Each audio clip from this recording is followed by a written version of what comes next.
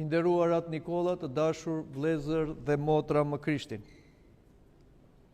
Jemi në të dielën e parë mbaskreshme dhe kjo diel titullohet e diela e ortodoksisë.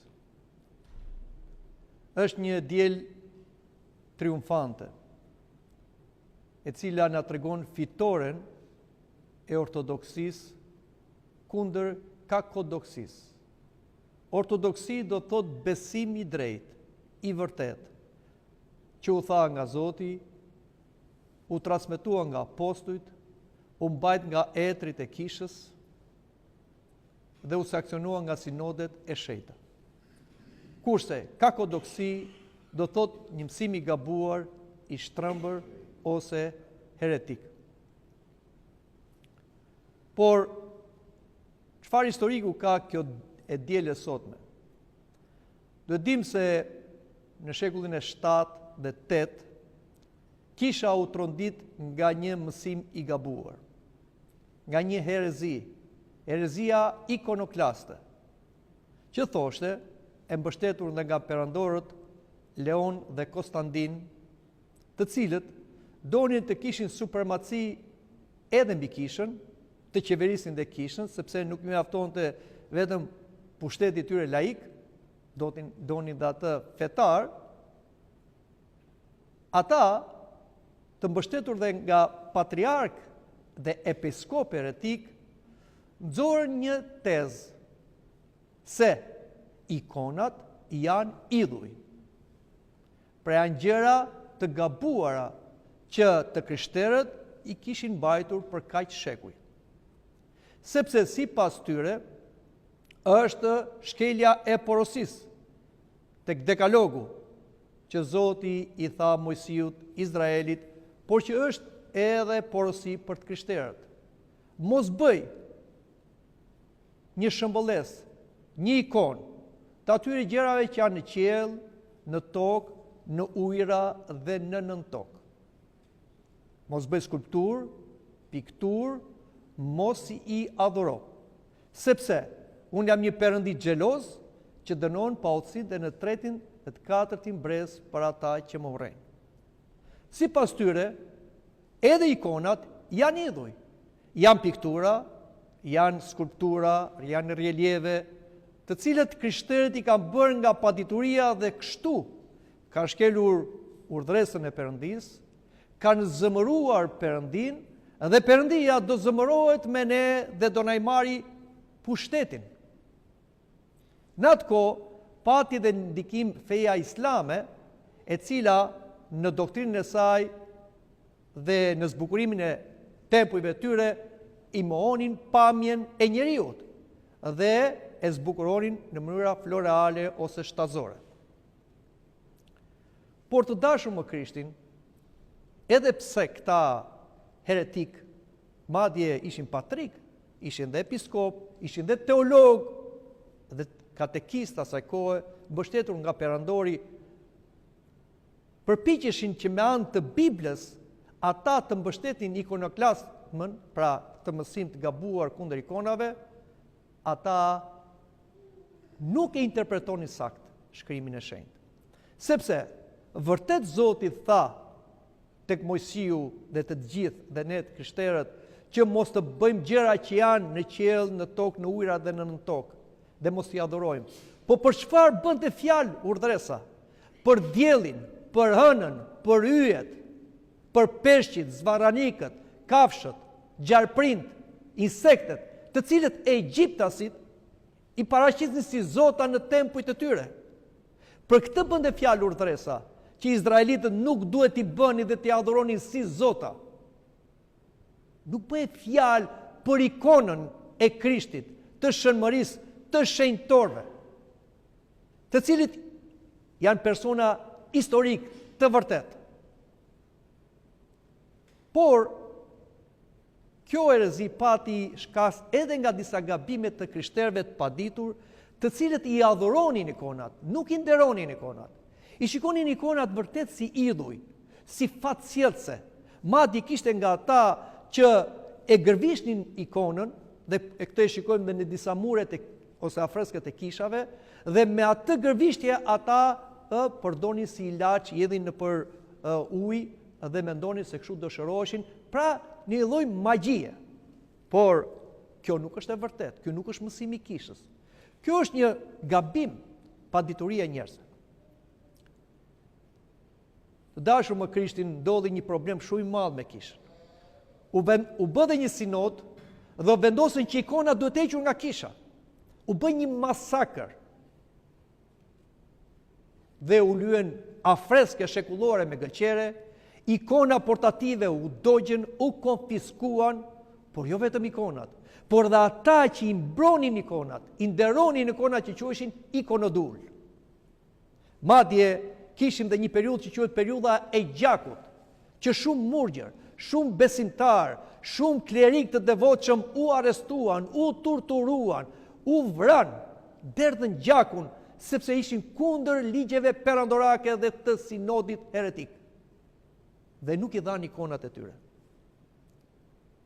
Dhe Perëndia pa besimin e popullit dhe vendosi të drejtën. Erdhi perandoresha Irena, e cila ajo mblodhi sinodin e 7 ekumenik, i cili u mblodh një zëri dhe vendosi që nderimi i ikonave është i drejtë, sepse nderimi i ikonave tregon se biri i Zotit u bë bir njeriu, u materializua, u bë mish që ne mund ta shohim, mund ta dëgjojmë, mund ta prekim, ashtu siç ndodh me një ikonë. Dhe në qoftë se do heqim ikonën nga kisha, ne e kemi bërë fantazëm njerëzimin e Krishtit. Dhe duke bërë fantazëm njerëzimin e Krishtit, atëherë kemi bërë të pamundur shpëtimin ton. Se Zoti bëhet njeri që njeriu të shpëtojë dhe të perëndizohet. Dhe veprimin e Shpirtit Shenjtë po ashtu e kemi bërë të nulizuar. Sepse pa njerëzimin e Krishtit nuk vjen Shpirti i Shenjtë te natyra njerëzore. Pra shikoni se ikona çështje doktrinale. Prandaj dhe etrit e kishës, Shën Damaskinoi, Shën Theodor Studiti dhe shumë të tjerë e mbrojtën me shumë fanatizëm nderimin e ikonave. Por edhe pse sinodi i 7 ekumenik vendosi në nderimin e ikonave, përsëri erdhën disa perandor që vazhduan të injoronin ikonat. Jo ndoshta të ishin, por të vendosin në vende të larta që mos t'i preknin besimtarët. Por, e ardhin e perandores Theodora Regjente dhe perandorit i cili ishte në moshë të vogël Mjal dhe patriarku Metod, atëre në të dielën e parë të kreshme vitit 840 e ca, më duket në 11 mars, u vendos në mënyrë publike që ikonat të vendoseshin në përkisha dhe të nderoheshin nga besimtarët. Dhe kjo u quajt e diela e ortodoksisë, e triumfit të vërtetës ndaj gënjeshtës. Këtë gjë ne përsërisim çdo të diel të parë të kreshmës dhe ne këtu do bëjmë mbas liturgjisë synore dhe një procesion me ikona ashtu siç e kanë bërë shekuj përpara kur u vendos restaurimi ose rivendosja e ikonave në kishë. Të dashur të krishterë ortodoks, ikonografia është, si të themë, vula e krishterimit ortodoks. Vetëm ne të krishterë ortodoks kemi ikona. Të tjerët kanë piktura të shenjta, mund t'i thuemi, po nuk kanë ikona si që kemi neve. Madje të tjerët që quhen të krishterë, sipas tyre, i kanë hequr fare ikonat. Krishterimi ortodoks e ruan me fanatizëm të mirë ikonografin, sepse është një traditë apostolike. Ikonat e para i ka bërë Shën Lukaj, i cili ishte apostull, ungjillor, mjek dhe piktor. Dhe ikonat e para i ka quar tek e tërshenjta Vigjeresha Zonja Shëmari, e cila i bekoi këto ikona. Dhe neve që nga ajo kohë deri më sot kemi ikonat të Shën Lukajt. Një ndërto është në Tino, në ishullin e Greqisë, ku është ikona e ungjillizimit. Një ikonë mrekullibërse që lëshon aromë dhe bën çuditëra, sepse ikonat nuk janë drasa në mënyrë ose imazhe të vdekura. Janë imazhe të shenjta që janë shenjtëruar dhe hiri i Shpirtit Shenjtë kalon nëpërmjet ikonave. Ashtu si vjen trupi dhe gjaku i Krishtit nëpërmjet bukës dhe verës. Ashtu si vjen Shpirti i Shenjtë nëpërmjet ujit.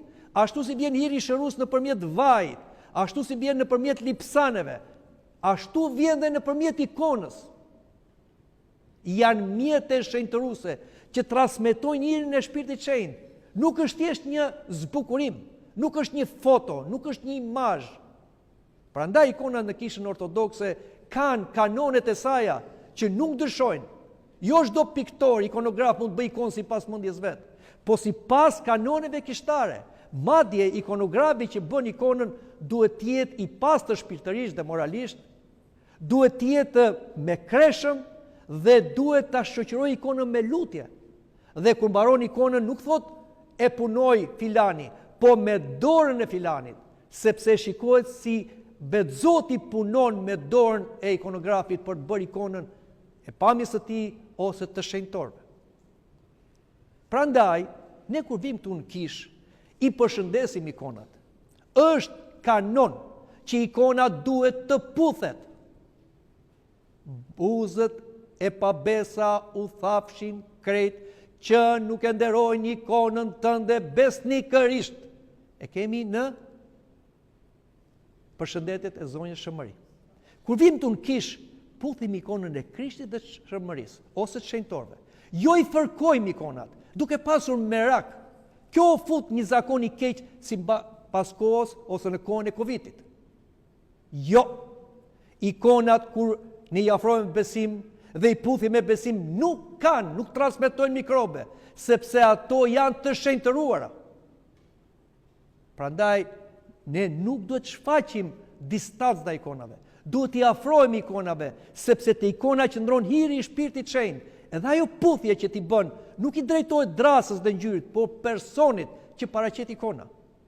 Në qoftë se ne do të kishim Krishtin përpara, do ta fërkonim Krishtin, apo do të distancohemi nga Krishti, ose nga ylincja, apo nga shenjtorët, kush do ta bënte këtë? Po pse nënën dhe babain ton, vllajin dhe motrën tonë e puthim, e përqafojmë, ose fëmijët tan, dhe nuk kemi ndot.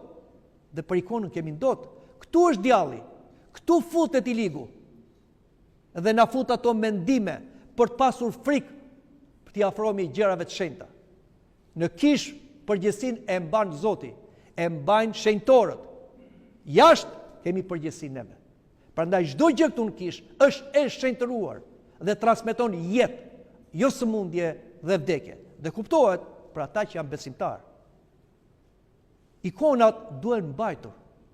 Si thuhet një shprehje, një shtëpi pa ikona është një shtëpi pa dritare. Dhe jo vetëm Kishën duhet kemi ikona, po në shtëpitë tona duhet kemi ikona. Nuk mund të jesh i krishterë ortodoks kur ti nuk ke ikonë të Krishtit, të Shëmërisë, të shenjtorëve në shtëpinë tënde. Sa më pak ikona ke në shtëpi, aq pak dashuri ke. Sa më shumë ikona ke, aq shumë dashuri ke. Pse njeriu tonë të dashur, ne duhet ta shikojmë kudo dhe nuk mërzitemi. Po për ikonën mërzitemi. Sepse i ligu nuk do që ta kemi imazhin e Zotit përpara, po na vë lloj-lloj imazhesh, lloj-lloj pamjesh, dhe sot djalli lufton me imazhin, i cili për shkak të teknologjisë na vjen kudo që ta kemi. E kemi me vete, në për celular, në për internet, në për televizor, në për revista, në për gazeta. Dhe njerëzit sot janë shturur vetëm nga imazhet që shikojnë për ditë. Prandaj sot, sidomos sot, është shumë e rëndësishme mbajtja e ikonës. Ta kesh në sy fytyrën e Zotit, që të shkojë mendja tek Zoti. Ta kesh në sy fytyrën e Shëmërisë, që të shkojë mendja tek ajo dhe ti lutesh, dhe të shenjtorëve. Dhe jo të jeqesh ato, duke menduar se e ke bërë shtëpinë si kish. Kto vin nga djalli, shtëpia është kish. E thot Shën Johan Gojarti, shtëpitë janë kisha të vogla. Dhe nëse ti kish shtëpi nuk e ke kish, ti patjetër nuk do vish në kishën e madhe. Aty në atë kishën e vogël, në shtëpinë e lutemi për ditë. Pastaj vim këtu të dielave. Dhe lum ai që ka shtëpinë kish, se fjala kish do të thotë trupi i Krishtit. Dhe jo ta bësh shtëpinë banes demonësh, me lloj-lloj pamjesh e figurash dhe sensuale, dhe të njerëzve të pabes, dhe diçka tjetër. Ikona duhet mbajtur dhe me vete, sepse ikona të mbron. Ja t'ju tregoj një rast e vërtet. Në luftën e dytë botërore, ra nga qielli një parashutist. Të gjithë po prisin që ai do binte në tokë i vdekur. Lartësi jashtë kon ishte madhe, parashuta nuk u hap. Por ra në këmbë.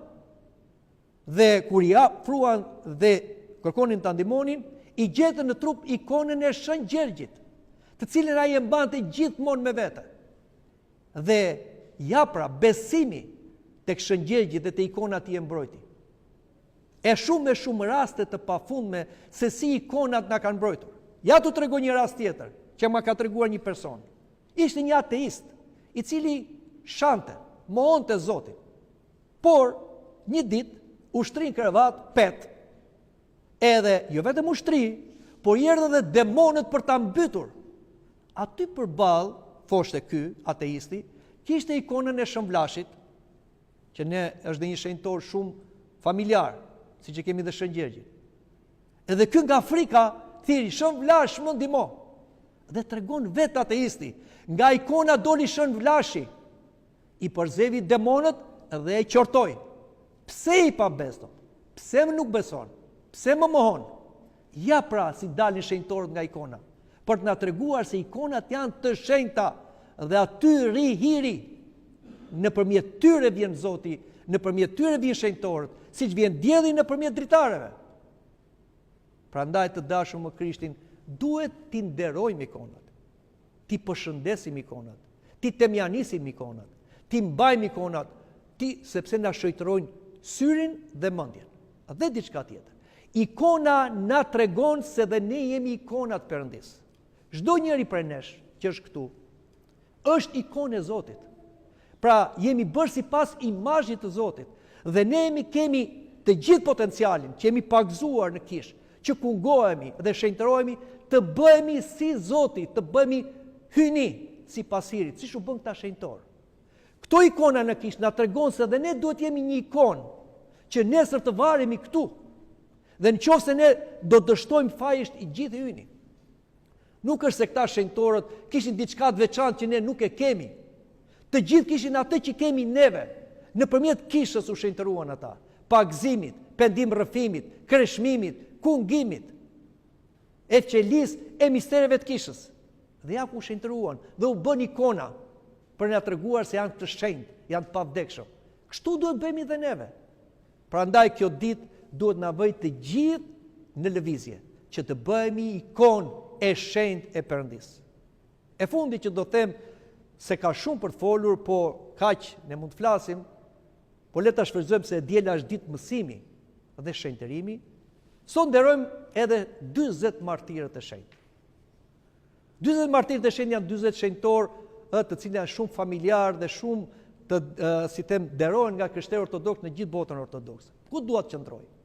Këta 40 ishin 40 trima të ushtrisë romake, të legjionit trofeja quheshin.